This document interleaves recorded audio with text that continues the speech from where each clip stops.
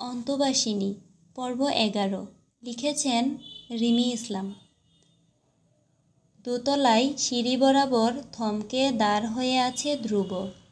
থমকে দাঁড়ানোর কারণ, একতলার হল স্পেসে বসে থাকা এক দীর্ঘ না দেখা পরিচিত মুখ। সেই মুখটি থেমে থেমে হেসে উঠছে দেখে ধ্রুবর হাতের আঙ্গুল মুঠো বেঁধে শক্ত হয়ে আসছে। জিনিয়া, শাড়িটা পছন্দ হয়েছে? তোমার ওই দেবী রঙা দুধ সাদা গায়ে সব মানিয়ে যাবে। কথাটি মিসেস হেলেনার মুখ থেকে কেড়ে নিয়ে শিলি আহমেদ ঝাঁঝালো স্বরে বললেন, ওসব কী কথা? নজর লেগে যাবে তো। দেখি মা, একটু কাজলের টিপ কানের লতিতে দেই। এসব কুসংস্কার রাখেন তো আপা। আমার ছেলের বউয়ের ন্যূনতম প্রশংসা করব না, এমন হয় না। ধ্রুব নামতে যেয়ে ঘন ঘন পা দুটো আটকে আসছে। হঠাৎ জিনিয়ার আগমনে তার চেনা বাড়িটির সাথে লোকগুলোও অচেনা হয়ে উঠেছে। তার উপর কী সব বাজে বকছে, জিনিয়া তার বউ হবে। এটাও আর সম্ভব? তাচ্ছিল্য হাসল ধ্রুব। মনে মনে নিজেকে প্রস্তুত করে নিল, এভাবে দুর্বল হয়ে পড়লে তার চলবে না। যে অধ্যায় জীবনের অতীতে ধামাচাপা পড়ে পুরে ছাইটুকুও নিঃশেষ হয়ে গেছে, সে অধ্যায় ফিরে আসার প্রশ্নই আসে না। ধ্রুব প্যান্টের পাশ পকেটে এক হাত গুজে বেশ আয়েশি চালে নিচে নেমে মুখোমুখি দাঁড়ালো জিনিয়ার।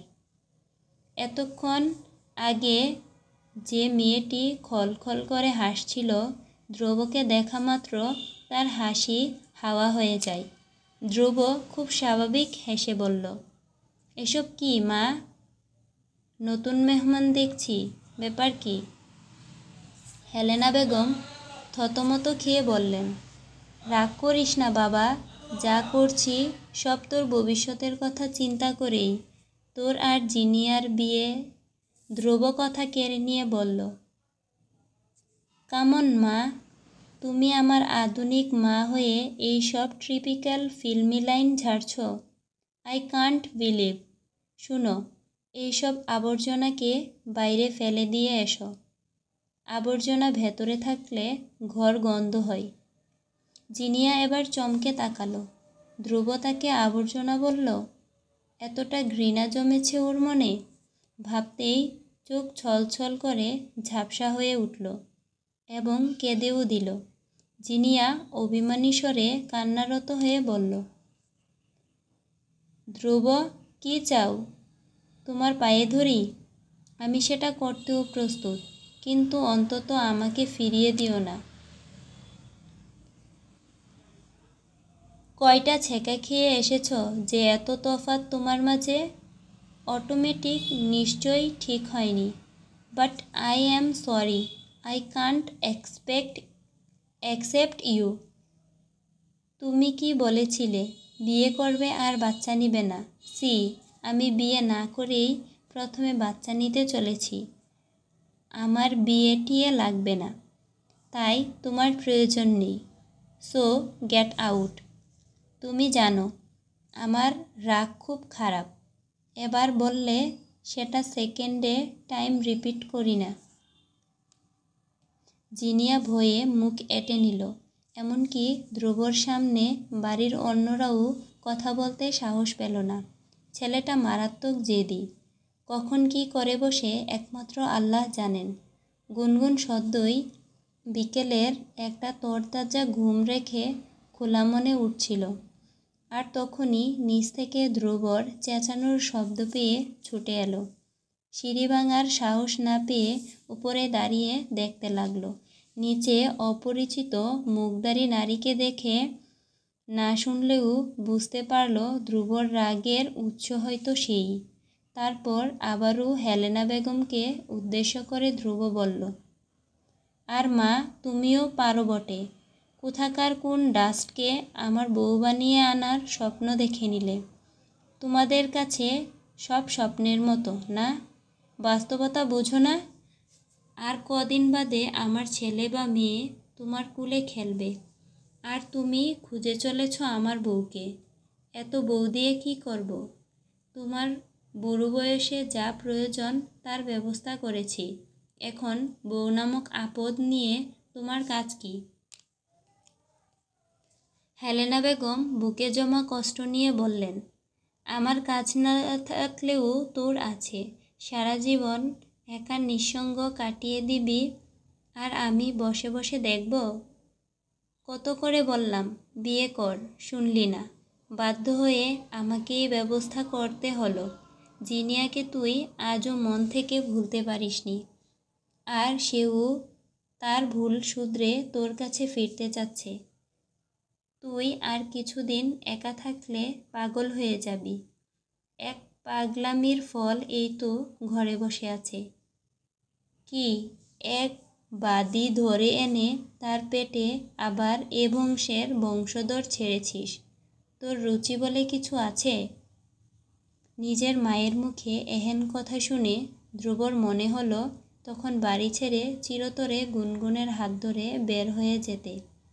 যে মেয়েটা তার জন্য সব ছেড়ে তার স্বার্থের জন্য এখানে পড়ে আছে, অন্তত তাকে নিয়ে এসব কটু কথা শোনা যায় না। 9 মাস পর যখন এই নারীর টানে ধন ফেলে গুনগুনকে চলে যেতে হবে, তখন তার যে কষ্ট হবে সেটা বেশ উপলব্ধি করতে পারে ধ্রুব। তবে তার মা কেন যে মেয়ে হয়ে মেয়ের কষ্ট দেখে না? কি অদ্ভুত এ দুনিয়া! ধ্রুব দীর্ঘশ্বাস ফেলে বলল, আমি জিনিয়াকে বিয়ে করতে পারবো না। বেশি জোর করে আমাকে বাড়ি ছাড়তে বাধ্য করো না। সবাই স্তব্ধ বনে গেল। তাদের সাথে যে উপরে আরেকজনও নজর থমকে রয়েছে তা কেউ দেখল না। বাতাসের টান পড়েছে। ডিসেম্বরের শেষ হওয়ায় শীতের গমন চলছে কম বেশি। কখনো প্রচণ্ড শীত বুড়ো জমে দিয়ে যাচ্ছে, কখনো শীত বুড়ো তার বার্ধক্যজনিত রোগে ভুগে মানুষকে কাতর করতে ব্যর্থ হয়ে ফিরে যাচ্ছে। তবে আজ শীত বুড়ো তার সমস্ত শ্রম দিয়ে যুদ্ধে নেমেছে। গুনগুন বারান্দায় এসে থরবর করে নড়ছে, বিশেষত পায়ে কম্পন চলছে অনর্গল। এখানে একটা ঝুল ধুলনা পাতা আছে। মন খারাপের রেশ ভুলতে আপন মনে খামখেয়ালি ভাবতে ভাবতে এসে বসেছিল ওটাতে গুনগুন।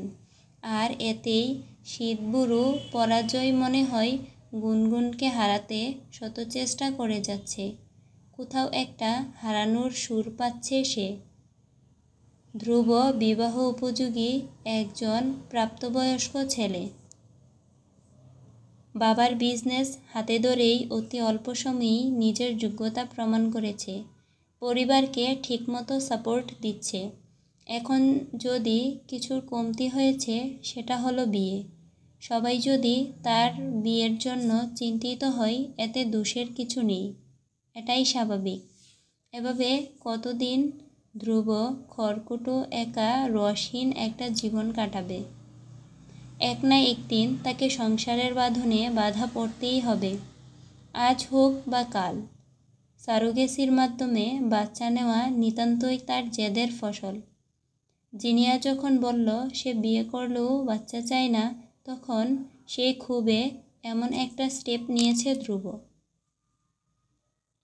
কিন্তু এর বাস্তবতা কতটুকু তা বিন্দুমাত্র ভাবেনি সে। গুনগুনের মন চেরা সুর ভেসে বেড়াচ্ছে। সে জানে এ সুরে ধ্রুবকে পাওয়া তীব্র আকাঙ্ক্ষা এবং তাকে না পাওয়ার তীব্র হতাশা গ্লানি আছে। কিন্তু এসব কিছুতে তার রোল কি? ধ্রুব নিজের জিদ প্রকাশ করতে যেয়ে একবারও কি ভাবেনি গুনগুন বাচ্চাকে ছাড়া কিভাবে থাকবে? ধ্রুবকে ছাড়াও বা কাটবে কিভাবে ওর জীবন? ভালোবাসা তো পাখির মতো মুক্ত নয়। যখন যে গাছে বাসা বুনে তখন সে গাছকেই আপন করে। ভালোবাসা হলো একমনা অদ্ভুত টান, যা কেবল নির্দিষ্ট ব্যক্তির উপর প্রকাশ ঘটায়। সারোগেসি প্রসেসের প্রায় 2 সপ্তাহ হয়ে এসেছে। এখন সে কিছুটা নর্মালভাবে চলাফেরা করতে পারে।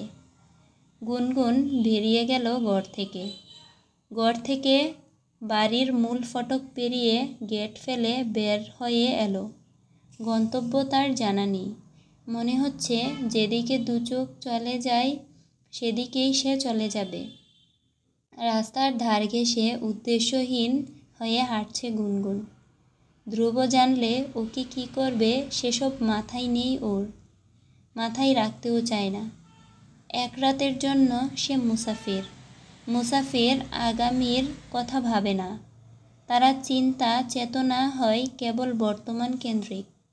হাঁটতে হাঁটতে পরেই যাচ্ছিল, তখন একজন লোক এসে ওর কনুই ধরে নিল। ছট করে গুনগুন ছাড়িয়ে নিল দেখে লোকটার চোখে মুখে বিরক্তি তীব্র হয়ে উঠল। হেই গার্ল, এত রাত্রে আনমনে হেঁটে কোথায় যাচ্ছ? পৌঁছে দেব?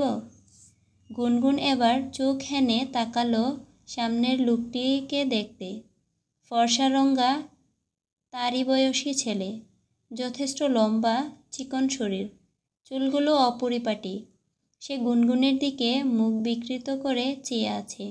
দেখে গুনগুনের আরও রাগ হলো। একে তো বিনা পারমিশনে ওর গায়ে হাত দিয়েছে, তার উপর ওকেই রাগ দেখাচ্ছে। একটু রাগী গলায় মিডিয়াম ভয়েসে বলল, গায়ে হাত দিলেন কেন? এই ছেলে, মেয়ের হাতে কখনো রামদোলাই খেয়েছ? জানো কতটা ভয়ঙ্কর সেই মাইরের তোর? ছেলেটা ভয় পাওয়া ভঙ্গি করে খানিক পিছিয়ে বলল, ডেঞ্জারাস গুন্ডি মেয়ে দেখছি, ভয় পাইছি। আপু প্লিজ আমাকে ধুলাই দিয়েন না। বাবা মার একমাত্র সন্তান, আমি মরে গেলে তাদের অঢেল সম্পদের একমাত্র ওয়ারিশ শেষ হয়ে যাবে। তখন আপনাকে অসংখ্য বদদুয়া দেবে, তারপর আপনার সেই বদদুয়ার পুরো জীবন ছাই হয়ে যাবে। কথাগুলো বলেই হাসতে হাসতে গড়াগড়ি খাচ্ছে ছেলেটা। এখন শুধু মাটিতে বসে গড়াগড়ি দেওয়া বাকি। গুনগুন হতবিহ্বল হয়ে মনে মনে ভাবল, ছেলেটা পাগল নাকি? এখন যে দুর্বিষহ যন্ত্রণা তার জীবনে, এর কাছে কোনো বদদুয়াই লাগবে না। ছেলেটি হেসে আবারও বলল, হাই, আই অ্যাম তুষার। গুনগুনের চেহারায় মেকিত্বের ছাপ ফেলে বলল, বাংলাদেশে তুষারপাত হয় না। আপনি বোধহয় দিক ভুলে আমাদের কান্ট্রিতে এসে পড়েছেন। তুষার নামক ছেলে ডোন্ট কেয়ার টাইপ ভাব নিয়ে বলল, তোমার সাথে পরিচয় পর্ব চলছে না বুঝেছি, কথা বলাই বেকার। শোনো মেয়ে, বাসার ঠিকানা বলো, ড্রপ করে দেই। সেদে সেদে আমাকে বাসায় পৌঁছানোর জিম্মা নিতে হবে না, আপনি আপনার রাস্তা মাপুন। রাত হয়েছে, একা মেয়ে ঢাকার রাস্তায় হাঁটা কত বিপজ্জনক আইডিয়া আছে? আমি ভদ্র ঘরের ছেলে বলেই তোমাকে সেফলি বাসায় দিয়ে আসার অফার করছি। এ জায়গায় অন্য কেউ হলে তোমার মতো সুন্দরী ওই টাইপ অফার করত। গুনগুন ভ্রু নাচিয়ে জিজ্ঞেস করল, কী টাইপ? আহা, বুঝো না, ওই টাইপ। আই মিন রেট কত? যাবা নাকি? আর কিছু বলবো? গুনগুন দাঁত কটমটিয়ে চুপ হয়ে গেল। ছেলেটা নিহাতি অসম্ভব হলেও কথা মন্দ বলেনি। আর একটু হলে গাড়ির নিচে পড়তেই যাচ্ছিল সে। বাইরে চলাফেরা খুব একটা বেশি অভ্যাস নেই তার, কিন্তু এক দেখার অজানা লোককে বিশ্বাস করে তার সাথে যাওয়া ঠিক হবে কি না গুনগুন ভেবে পাচ্ছে না। তুষার অদ্ভুত ভঙ্গিতে হাসতে দেখে গুনগুনের ভয়টা আরও জেঁকে বসল। ঠিক করল সে যাবে না। বাড়িতে পৌঁছে দেবার বাহানায় মতিভ্রম হলে তখন উল্টাপাল্টা কিছু করলে কেউ আসবে না তাকে হেল্প করতে। ধ্রুবও জানে না গুনগুন কোথায়। গুনগুন ঘাড় বাঁকিয়ে বলল, নো থ্যাঙ্কস, আমি ম্যানেজ করে নেব। অন্তবাসিনী পর্ব 12 লিখেছেন Rimi Islam. Are you joking? তুমি আর করবা ম্যানেজ? এই জন্যই একটু আগে গাড়ির চাকার তলে নিজের জীবন সঁপে দিতে যাচ্ছিলে। আজব দুনিয়ার আজব পাবলিক। আমি জানি তুমি আমাকে কোন টাইপ ছেলে ভাবছো, বাট আমি মোটেও ওই টাইপ নই। চারিদিকে তাকিয়ে দেখো, আশেপাশে একটা মরা মাছিও উঠছে না। যার যার প্রয়োজন নিয়ে গাড়িতে যাচ্ছে আর আসছে। কেউ তোমার হেল্পে আসবে না। কিছু করার হলে এতক্ষণে করেই ফেলতাম। Think about it. তুষার কথাগুলো ভেজাল মনে হলো না। আসলেই তো ছেলেটা যদি খারাপ হতো তবে এতক্ষণে জোরপূর্বক কিছু একটা করার চেষ্টা নিশ্চয় করত। আবার তার তো গাড়িও আছে, ইচ্ছা করলেই টেনে হিঁচড়ে উদ্দেশ্য সাধনে গাড়িতে নিয়ে যেতে পারত। কিন্তু সে এমন কিছুই করেনি। অর্থাৎ ছেলেটিকে বিশ্বাস করা চলে। গুনগুন মাথা নেড়ে বলল, যাব এক শর্তে। আগে বলুন, আপনার কার থাকতে আপনি এখানে কি করছিলেন? একটু আগেও আপনাকে দেখিনি। আপনি নির্ঘাত সুপারম্যান নন যে আমাকে গাড়িতে চাপা পড়ার হাত থেকে বাঁচাতে ছু করে গাড়ির থামিয়ে ছুটে এসেছেন। তাহলে ফলো করছিলেন আমাকে? তুষার কিছুক্ষণ ড্যাব ড্যাব করে তাকিয়ে রইল। গুনগুন আসলে কোন প্রসঙ্গ তুলেছে বুঝতে খানিক সময় নিল। যখন বুঝল তখন দায়সারা ভাবে বলল, আপনাকে ফলো করব কেন? আমি রাস্তা দিয়ে আসতে আসতে একটু লেগেছিল, তাই গাড়ি সাইড করে ওই দিকটাই ইমার্জেন্সি করেছিলাম। তখন দেখলাম পেছন থেকে গাড়ি আসছে আর সামনে একটা মেয়ে, মানে আপনি সাইড হচ্ছেন না। তখন দ্রুত আপনাকে বাঁচাতে ছুটেছি। আর সুপারম্যান আমি নই। আপনার সাথে সামান্যই দূরত্বে ছিলাম আমি। এবার বলুন, যাবেন? আমার ব্যাখ্যায় আপনি প্রসন্ন হয়েছেন? গুনগুন মাথা দুলিয়ে হ্যাঁ জানাই। তারপর তুষারের সাথে গাড়িতে উঠে বসে। বাকি পথ কেউ আর কথা বলল না। 10 মিনিট সময়ও লাগলো না তাদের পৌঁছাতে, কারণ গুনগুন হেঁটে বাসা থেকে খুব বেশি একটা দূরে যেতে পারেনি। ধ্রুবর চোখ রক্তবর্ণ। কোথাও গুনগুনকে পাওয়া যায়নি। একটা মেয়ে পায়ে হেঁটে 1 ঘন্টায় কতটুকুই বা দূরে যেতে পারে? তবে গাড়িতে গেলে সে এক ভিন্ন ব্যাপার ছিল। ধ্রুবর জানা মতে গুনগুন হেঁটেই গেছে, কারণ এই দিকটায় একটু রাত হলেই আর ট্যাক্সি বা রিক্সা মেলা টাফ। ডানা গজিয়ে উড়ে গেল না হাওয়ায় ভেসে চলে গেল, ধ্রুব কিছুই আন্দাজ করতে পারল না। হঠাৎ তার খেয়াল হলো সে হাতের ডান দিকে রাস্তা ধরে গুনগুনকে খুঁজে ফিরছে। এমনও তো হতে পারে বাঁ দিকের রাস্তায় গেছে। তড়িৎ খেয়াল হতেই ধ্রুব ছুটল সে পথে। ওই ক্ষণিকের সময়ে সে হারুনকে ডেকে নিয়েছে। হারুনের চোখে অস্বস্তি।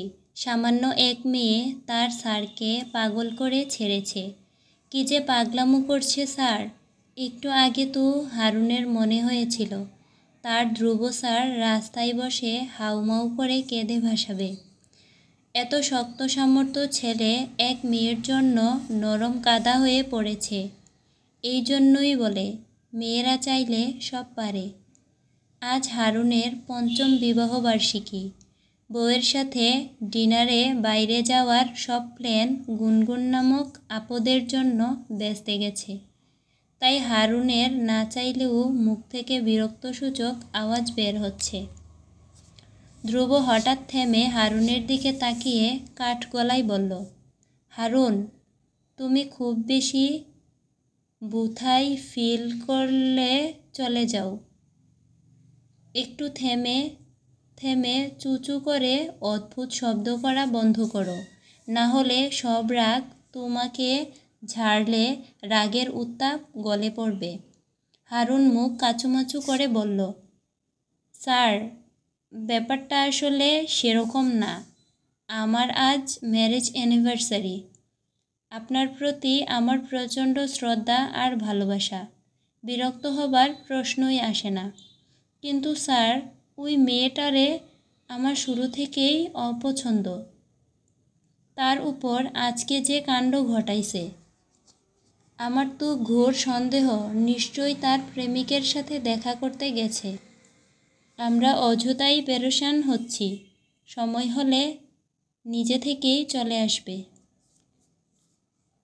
ধ্রুব মারি দেবে বিস্ফোরিত চোখে হারুনের দিকে তাকাতেই সে চুপ হয়ে গেল। ধ্রুব আর কথা না এগিয়ে হাঁটতে শুরু করলো। দ্রুত গতিতে গাড়িতে উঠে উল্টোবাঁকে ঘুরল। গুনগুনই একমাত্র উৎস যে তাকে তাৎক্ষণিক অশান্ত করে তুলে। ধ্রুব গাড়ির সামনে এসে গাড়ি থামালো। গুনগুন গাড়ি ছেড়ে নামতে যেয়ে ওড়নায় টান পড়ে। সে গলার অংশের ওড়নাটুকু চেপে ধরে পেছনে ফিরতেই দেখল তুষার তার ওড়নার কোনা ধরে রেখেছে। সাথে সাথে মেজাজ তার সপ্তম আসমানে উঠে গেল।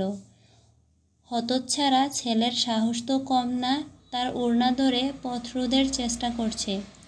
গুনগুন ওড়না টানতে টানতে বলল, এই যে, ওড়না ছেড়ে কথা বলুন। আমি এখন সেফ জোনে অবস্থান করছি। আমারই বাসার সামনে দাঁড়িয়ে আমারই সাথে বেয়াদবি করা যাবে না। তুষার ইতস্ত করে ওড়না ছেড়ে অবলা হেসে বলল, এটা আপনার বাড়ি? আপনিও তবে ধনির আদরের দুলালি। কোনো কারণে ফ্যামিলির উপর রেগে বাড়ি ছাড়ার সিদ্ধান্ত নিলেন এবং ছেড়েও দিলেন। কিন্তু ননির পুতুল সামান্য আছেও যে গলে যায় সেটা মাথায় থাকলো না। তাই পরবর্তীতে আবার বাড়িতে ফেরার সিদ্ধান্ত নিলেন। বাহ, দারুণ ক্লাইম্যাক্স! একটা ফিল্ম হলে দারুণ হবে। নায়িকা হবেন আপনি। গুনগুন তিক্ত মেজাজে বলল, আগে না মহাশয়, এই বাড়ির মালিক অন্য কেউ। আমি তার সামান্য কর্মচারী মাত্র। ভুল ধারণা পুষে বিভ্রান্ত হবেন না। তাতে কি, নায়িকা আপনাকেই বানাবো। আমার ফিল্ম প্রডিউস করার খুব শখ, ইচ্ছাও আছে প্রচুর। হাতে কেবল নায়িকার কমতি ছিল। গুনগুন রেগে বাড়ির পথ ধরল। তুষার পেছন থেকে চিৎকার করল, একটা থ্যাঙ্কস তো পাও না। আজকাল মানুষ উপকারীর উপকার স্বীকার করতে জানে না। গুনগুনের রাগ মরে গেল। ছেলেটা প্রচুর কথা বলে, তবে ভালো। কোথাও একটা কথা শুনেছিল, যারা কথা বেশি বলে তাদের মনে ঘোলা আনা ঘাঁটি হয়। গুনগুন ঘরে তাকিয়ে বলল, লম্বা একটা থ্যাংক ইউ, এতে চলবে? খালি চলবে না, দৌড়াবে। Good night. তুষার গাড়িতে উঠে বসল। তারপর গাড়ি ছেড়ে ভেতর থেকে আরও একবার টাটা দিয়ে বিদায় নিয়ে চলে গেল দ্রুতবেগে। যতদূর পর্যন্ত ওর গাড়িটি দেখা গেল, গুনগুন সেদিকে অপলক চেয়ে রইল। দৃষ্টির অগোচর হতে এবার বাড়ির দিকে যেতে সামনে ঘুরে দাঁড়াতেই থমকে গেল। কারণ তার সামনে যমদূত ধ্রুব। ভয়ে গুনগুন ঘন ঘন শুকনো ঢুক গিলতে লাগল। ধ্রুব আধো জ্বলন্ত কয়লার মতো ভয়াবহ রূপ ধারণ করেছে। কয়লার বাইরে কালো হলেও ধরতে গেলে অনেক সময় ভেতরের তপ্ত অংশের আঁচে হাত সংবেদনশীল হয়ে আঘাত পেয়ে বসে। ঠিক ধ্রুবও এখন তেমন কয়লার মতন, বাইরে থেকে ঠান্ডা, অথচ ভেতরে যে কত আগুন পুষে রেখেছে সেই জানে। গুনগুন হাঁ করে কথা বলার সাহস পাচ্ছে না। ধ্রুবর সাথে ও কখনো কথাই পেরে ওঠেনি। সর্বদা কথার প্রেক্ষিতে কথা রেডি করেই বসে থাকে ধ্রুব। আজও নিশ্চয়ই সেরকম কিছুই হবে। ধ্রুব আঘাত দেওয়ার জন্য এত শক্ত করে গুনগুনের হাত চেপে ধরল যে গুনগুনের মনে হলো সে যে স্থানটাই ধরেছে সেখানে হাড় ফেটে চিরে যাবে। সে আহ সূচক শব্দ করল, কিন্তু ধ্রুব শুনল না, দেখল না, তুয়াক্কাও করল না। হাত ধরে বাড়ির ভেতরে নিয়ে টেনে যেতে লাগলো। প্রেগন্যান্সির এই প্রথম ধ্রুব তাকে অসতর্কভাবে টেনে নিয়ে যাচ্ছে। গুনগুন হাত ছাড়াবার ন্যূনতম চেষ্টাও করল না। চেষ্টার ফল হয়তো আরও ভয়ঙ্কর হবে এই ভেবে ধ্রুব হলরুম ছেড়ে সিঁড়িতে এসে থেমে পড়ল। তারপর আচমকা গুনগুনকে কোলে তুলে নিয়ে উপরে উঠতে লাগলো। গুনগুন দৃঢ় হাতে কাঁধ চেপে ধরে রাখল ধ্রুবর। আজ বাড়াবাড়ি রকমের অন্যায় সে করে ফেলেছে। সব কিছুর পরও ধ্রুব এখনও এত ঠান্ডা কখনো থাকেনি। মনের রাগ সাথে সাথে ঝেড়েছে। অথচ আজ এত বড় ভুল করার পরও যখন কোনো রিয়াকশন নেই, এর অর্থ আরও জটিল। গুনগুন এবার শব্দ করে ঢুক গেল। শীতের মাঝের নিয়ে ঘেমে একাকার হয়ে পড়ল। কারণ ধ্রুব গুনগুনের নয়, তার নিজের রুমের দিকে এগুচ্ছে, যে রুমটায় বর্তমানে সে থাকে। রুমে ঢুকে গুনগুনকে কোল থেকে নামিয়ে দরজা লাগিয়ে দিল। গুনগুন বেশ ঝাটকা খেল। ধ্রুব অবশেষে কী করতে চলেছে মাথা নত করল সে। তা দেখে ধ্রুব উপেক্ষাপূর্ণ হাসল। এরপর একে একে নিজের শার্টের বোতাম খুলতে লাগলো। একেবারে নিচের শেষ বোতাম খুলে শার্টটা ছুঁড়ে ফেলে দেয় ফ্লোরে।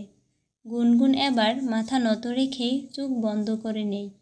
ধ্রুব পা চালিয়ে ওর কাছে এসে ঝনাত করে গুনগুনকে কাছে নিয়ে মাঝে মিশিয়ে বলল, লুক অ্যাট মি, ভালো মতো দেখো আমাকে। তাকাও গুনগুন, আই সেইড নাও। শেষের কথাটা ধ্রুব এত জোরে বলল, গুনগুন চমকে কেঁপে উঠল। ধ্রুবর হাত থেকে নিজেকে ছাড়ানোর চেষ্টা করতে তাকে আরও আষ্টেপৃষ্ঠে জড়িয়ে ধরল ধ্রুব। হাতের কবজির অংশটুকু ছাড়া পাওয়ার পর থেকে জ্বলছে। এখন আবার ধ্রুব কোমরের যে অংশে দেবে বসে আছে সেখানেও তীব্র ব্যথা অনুভব করছে গুনগুন। তাই ধ্রুব থেকে ছাড়া পাওয়ার আকাঙ্ক্ষা প্রখর থেকে প্রখরতর হচ্ছে। ধ্রুবর বাঁধন থেকে কাটা মানুষের নেই ছটফট করতে যাচ্ছে সে। তবুও ধ্রুব ছাড়েনি, বরং ওর নড়াচড়া ঘিয়ের অনুরূপ কাজ করে ক্রোধের আগুন শতগুণ বাড়িয়ে দিল। ধ্রুব মুখ বিকৃত করে চেঁচিয়ে বলল, তোমার মতো মেয়েকে এখানে রেখে যথেষ্ট ভুল করেছি। ভেবেছিলাম সবাই এক হয় না। তোমাকে প্রথম দেখায় মনে হয়েছিল তুমি যথেষ্ট ম্যাচিউর আর সৎ। ম্যাচিউর বটে, কিন্তু সৎ শব্দটা তোমার সাথে বেখাপ্পা লাগছে এখন। বাচ্চা না হওয়া পর্যন্ত শারীরিক কামনা সহ্য হলো না, তাই বয়ফ্রেন্ডের কাছে যেতেই হলো। সামান্য কটা দিন ওয়েট করা গেল না? এতই যখন ইচ্ছে হলো আমাকে বললেই পারতে। সি মি, আমি কোন দিক থেকে ওই খেটখেটে ছেলের থেকে কম?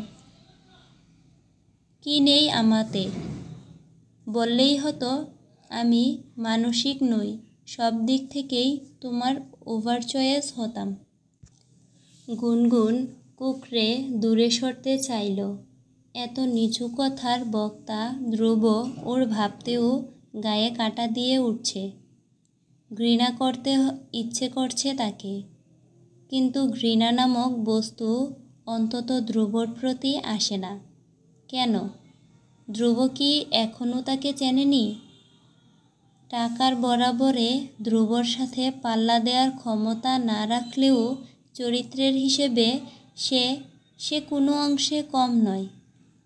গুনগুন শরীর ঝাঁকিয়ে নড়েচড়েও সুবিধে করতে না পেরে আওয়াজ করে কেঁদে উঠল। চোখ বন্ধ করে এমনভাবে কেঁদে যাচ্ছে, এসব কটু কথার ধার